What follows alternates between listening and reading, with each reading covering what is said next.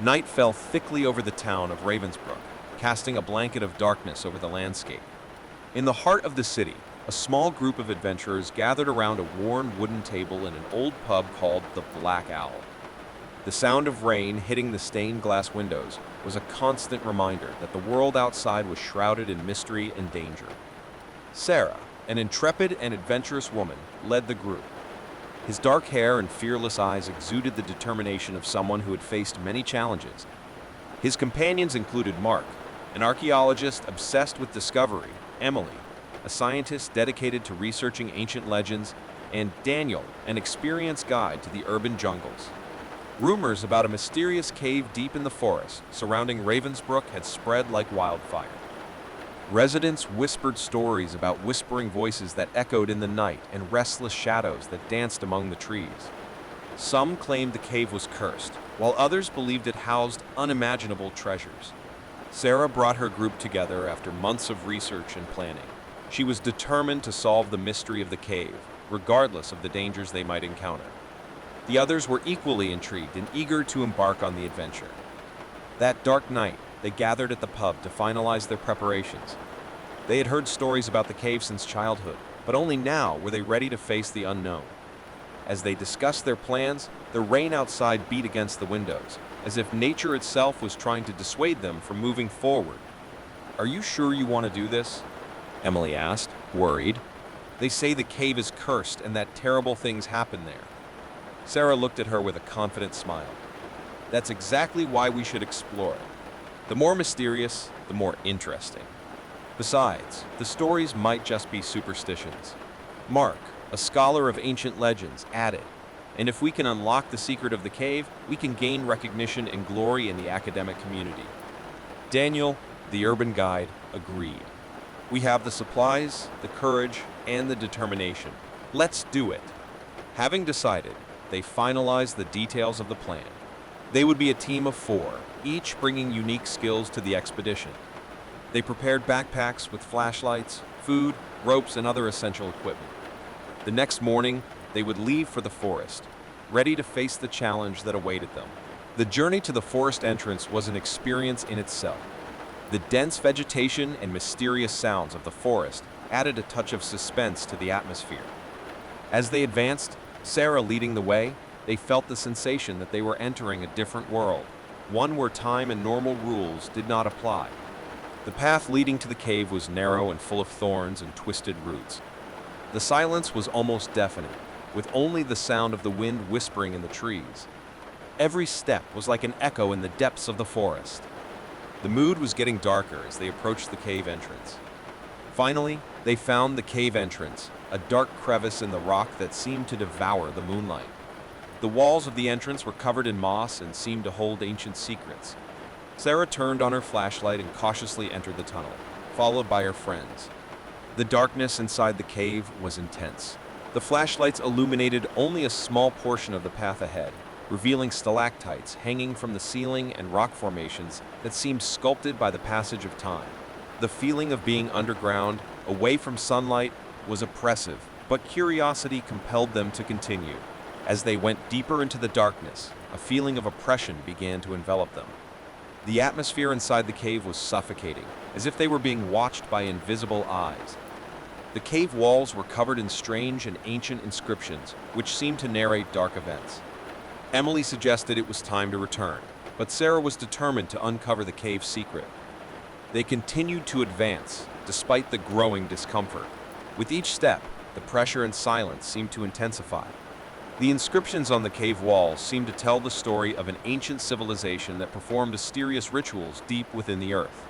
The symbols were indecipherable, but the dark atmosphere emanating from them was undeniable. Until finally, after a maze of tunnels, the group came across a large underground chamber. In the center, a sinister and macabre statue stood. As they approached, laughter echoed through the cave, causing everyone to jump in fright. Mark, in a nervous tone, joked that the cave was alive. Suddenly, the statue moved, revealing it to be more than a mere sculpture. With stiff movements, the stone monster charged towards them. Panic gripped the group, and they began to retreat, but the exit was blocked by an avalanche of rocks. Trapped in the chamber with the stone creature, darkness became present. The statue attacked, revealing a mouth full of sharp teeth. They narrowly managed to avoid his blows and began to fight for their lives. Sarah remembered reading about a weakness in the cave's inscriptions, a mysterious phrase that could stop the monster. With effort, she recited the words, causing the stone creature to freeze, emitting an agonized roar. The momentary pause allowed the group to catch their breath, but the stone creature was not defeated. With a sharp gaze and a sense of hostility, she remained paralyzed. The group knew they needed to explore the cave further and understand the true nature of what they had awakened. As they waited, looking at the paralyzed statue, a feeling of uneasiness grew within them. The first part of the journey had been terrifying, and they were beginning to realize that the cave hid secrets deeper and more sinister than they could have imagined. With the flashlights still illuminating the path ahead, they prepared to explore deeper into the cave, searching for answers to the questions that tormented them. What else awaited in the depths of darkness? And how could they survive what was yet to come? The answer was hidden deep within the cave, waiting to be discovered. The stone creature remained motionless, as if frozen in the middle of the attack. The group looked at her with a combination of relief and apprehension, aware that their fight was not yet over. Sarah, Mark, Emily, and Daniel took the moment to catch their breath and assess their situation. "That was close," Daniel said, breathing heavily. "If Sarah hadn't recited those words from the inscriptions, I don't know how we would have survived." Mark, the archaeologist, examined the creature curiously. "It's fascinating, the way it moves, like it's just waiting to attack us. There must be some explanation for it."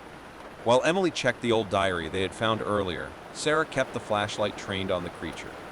The light revealed stunning details of the stone statue, from its chiseled facial features to its hard muscles. The diary contained notes about the stone monster and its origins. The author, an explorer who had visited the cave centuries ago, wrote about a terrifying discovery. He mentioned that the creature was a guardian, assigned to protect the cave and the secret it hid. The creature would only awaken when someone threatened the cave, and its sole purpose was to prevent outsiders from discovering what was behind the rock walls. "Apparently, this guardian is the key to something bigger," Emily said. "But what exactly does the cave hold? And why does the guardian protect it so fiercely?" Sarah thought for a moment and then replied, "According to the inscriptions we found, it appears that the cave was linked to ancient ceremonies and rituals. It could be that the guardian is a key part of these rituals, something like a magical protector." Mark looked around the underground chamber and noticed that the writings on the walls were more numerous there. Perhaps the answers lie in the inscriptions. Perhaps we can discover what the ancients intended to accomplish here. With renewed determination, the group began studying the inscriptions. They described an ancient civilization that used the cave as a place of worship for dark entities. The rituals performed there were dark and bloody, involving human sacrifices and offerings to mysterious beings that resided in the depths. "That's terrifying," Emily said, eyes wide. These people were willing to do horrible things in the name of these entities. But what happened to them? Sarah continued reading the inscriptions and noticed a passage that mentioned a portal to a dark realm that the cave hid. The passage was sealed, but the statue's guardian was the key to opening it. The author of the ancient diary had mentioned the portal and the evil entities that lurked on the other side, waiting for an opportunity to return to the world. "That explains why the guardian attacked us," Mark said. "Our presence here poses a threat to the secrecy of the portal." With the revelation of the entries, the group realized they needed to make a decision. They could try to seal the portal once and for all, or move on and face the evil entities on the other side. The choice was agonizing, but they knew they couldn't go back. After a heated discussion, they decided that the only safe option was to seal the portal. They were determined to stop evil entities from emerging and wreaking havoc on the outside world. However, to seal the portal, a sacrifice was necessary. The stone creature was the key, but what was to be done? "It's a difficult decision," Sarah said, "but the guardian needs to be immobilized somehow so we can perform the sealing ritual." They turned their attention to the stone creature, who remained paralyzed after Sarah's words. They knew it was an arduous task, but there was no alternative. With the lantern still lighting the way, they approached the guardian and began searching for a method to seal the portal. While Emily consulted the diary for information about the sealing ritual, Mark began inspecting the stone statue for clues. He noticed a small inscription at the base of the statue that mentioned a sacrifice needed to seal the portal. However, the inscription did not specify what was to be sacrificed. Sarah, in a gesture of courage, said, "I think the sacrifice should be someone willing to volunteer to become the guardian and protect the portal." A heavy silence filled the underground chamber as each of the adventurers pondered what this meant. The sacrifice would mean that someone would have to give up their life on the surface, becoming a stone statue like the guardian. After moments of tension, Mark approached the statue and said with determination, "I offer to be the guardian. If it means saving our world from evil entities, I am willing to do it." The group looked at Mark, moved and grateful for his courage. There was no time to lose. With the information from the diary and the inscriptions on the cave walls, they began to perform the sealing ritual. Emily recited the words of the ritual while Sarah and Daniel placed magical symbols around the chamber. Mark stood before the statue, prepared for the sacrifice. As the ritual progressed, the stone guardian seemed to weaken. As the sealing ritual continued in the underground chamber, the group felt the tension increase with each passing moment. Emily continued to recite the words of the ritual, and the cave seemed to respond to the call, with the floor shaking slightly and an unsettling murmur echoing through the walls. Mark was motionless, focused on his role as the future guardian. His face showed fierce determination, mixed with a touch of apprehension. He was about to give up his humanity in the name of protecting the outside world. Sarah and Daniel worked together to create magical symbols, drawing them with protective chalk at strategic points in the chamber. The symbols glowed softly as the ritual progressed, creating a protective barrier around the group. With one last scream, Emily ended the ritual, and the cave shook with intensity. The stone statue that represented the guardian began to lose its shape, becoming more similar to an ordinary stone. Mark, however, was completely still, his eyes fixed toward the sealed portal. A solemn silence filled the chamber, and the feeling of heaviness disappeared. The group knew they had done what was necessary, but they also felt deep sadness over the loss of Mark. They approached the now motionless guardian, honoring his sacrifice. Emily broke the silence by noting, "He will be remembered as a hero. His courage allowed us to seal the portal and protect the outside world." With the imminent crisis contained, they decided to continue exploring the cave, looking for answers that could explain the origin and purpose of that place. The darkness continued, but now they had a sense of accomplishment and unity in their group. As they advanced through the dark tunnels, they discovered even stranger and more disturbing chambers. Walls covered with mysterious inscriptions and ancient artifacts made them feel like they were at a crossroads of worlds and eras. They understood that the cave hid secrets that affected not only the present, but also the past. In one of the chambers, they found an old diary that detailed the experiences of another group of explorers who had visited the cave decades ago. The diary described encounters with dark creatures, terrifying visions, and the feeling that the cave was a portal to a realm beyond human understanding. As Emily flipped through the pages of the diary, she found a passage that mentioned an ancient book kept in a secret chamber in the cave. The book, known as the Book of Portals, supposedly contained crucial information about the portal and dark entities. The group was determined to find this book and unlock the cave's final secrets. Following clues from the diary, they explored narrow, winding tunnels until they finally reached a hidden room that contained the much sought-after Book of Portals. The book sat on a stone pedestal, as if it had been waiting for them. Carefully, Emily opened the book and began flipping through the pages. The content was a mix of ancient texts and strange illustrations. As she read, she realized that the book contained information on how to seal the portal permanently and prevent evil entities from escaping. The group carefully read the instructions, which described a complex ritual that involved creating an impenetrable magical barrier around the portal and performing a special sacrifice. The sacrifice did not need to be a human life, but rather something that represented the determination and strength of the group. With knowledge from the Book of Portals in hand, the group prepared to perform the sealing ritual. They didn't have much time as they felt the portal could be reopened at any time. The inscriptions on the walls of the chamber indicated that the ritual needed to be performed before dawn, when the energies of the world would be in balance. Sarah and Daniel began to draw the magical symbols at the entrance to the portal. while Emily read the words of the ritual aloud. The cave environment began to shake again, and they could feel a dark presence stirring in the depths. It was as if the evil entities knew that their access to the outside world was about to be denied. As the ritual unfolded, the group felt the tension rise. They knew that the success of the ritual depended on the determination and willpower with which they carried it out. With Mark in their minds as a constant reminder that sacrifice was necessary to protect the world, they recited the final words and the magical symbols glowed brightly.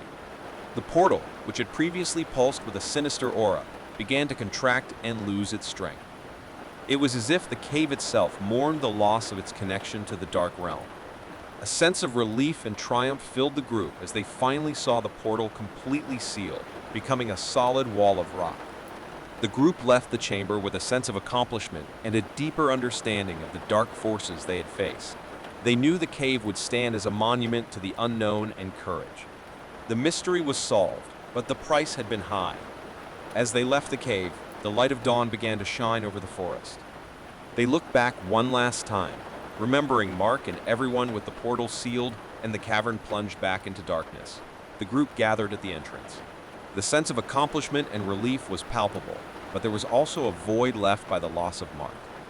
They found themselves enveloped in an atmosphere of mourning and gratitude for the courage of their friend who had sacrificed himself to protect the outside world. Sarah stared into the darkness of the cave, contemplating the journey they had faced and the revelations they had made. The cave hid dark secrets and a portal to a mysterious realm, and they had faced challenges most people wouldn't dare imagine. Daniel broke the silence by saying, "We need to go back to town and tell them what happened. People need to know that the threat has been contained." Emily agreed, but added, "And we also need to honor Mark's memory. He sacrificed himself to protect us all, and his courage should not be forgotten." They decided to take a break to reflect and pay tribute to their lost friend. They created a small tombstone with Mark's name near the cave entrance so that he would always be remembered as a hero who had faced the unknown to protect the world. The group spent time in silence, remembering times shared with Mark, his laughter, and his adventurous spirit. They felt his presence there, as if he was observing and approving what they had done. Finally, after paying their respects, the group decided to return to the city. They knew they had a responsibility to share what they had faced, so that others could understand the importance of keeping the cave sealed and preventing evil entities from emerging. As they emerged from the cave, sunlight shone over the forest, dispelling the darkness that had surrounded them. It was as if the world itself was thanking him for his courage and determination. As they walked back to the city, news of their expedition spread quickly. The residents of Ravensbrook were shocked to learn of the threat the cave posed and the group's courage in facing it. Mark was remembered as a hero, and his story inspired others to face their fears and challenges. The city held a memorial in his honor, and his name was engraved on a bronze plaque in the central square. The story of the cave and its guardians has become a local legend, recalled on dark nights as a reminder that evil can be contained by courage and unity. The group, now united by the bond of what they had faced, continued their lives, but the cave experience left an indelible mark on their souls. They knew they had faced terror and emerged as true heroes, and this experience strengthened them. As time passed, the cave remained sealed, hiding its secret deep in the forest.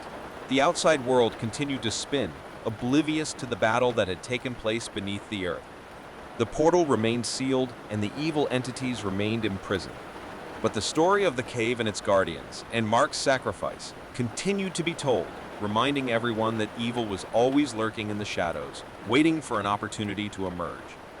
And that when courage and unity prevailed, terror could be faced and contained, protecting the world from the darkness that waited deep within the caves.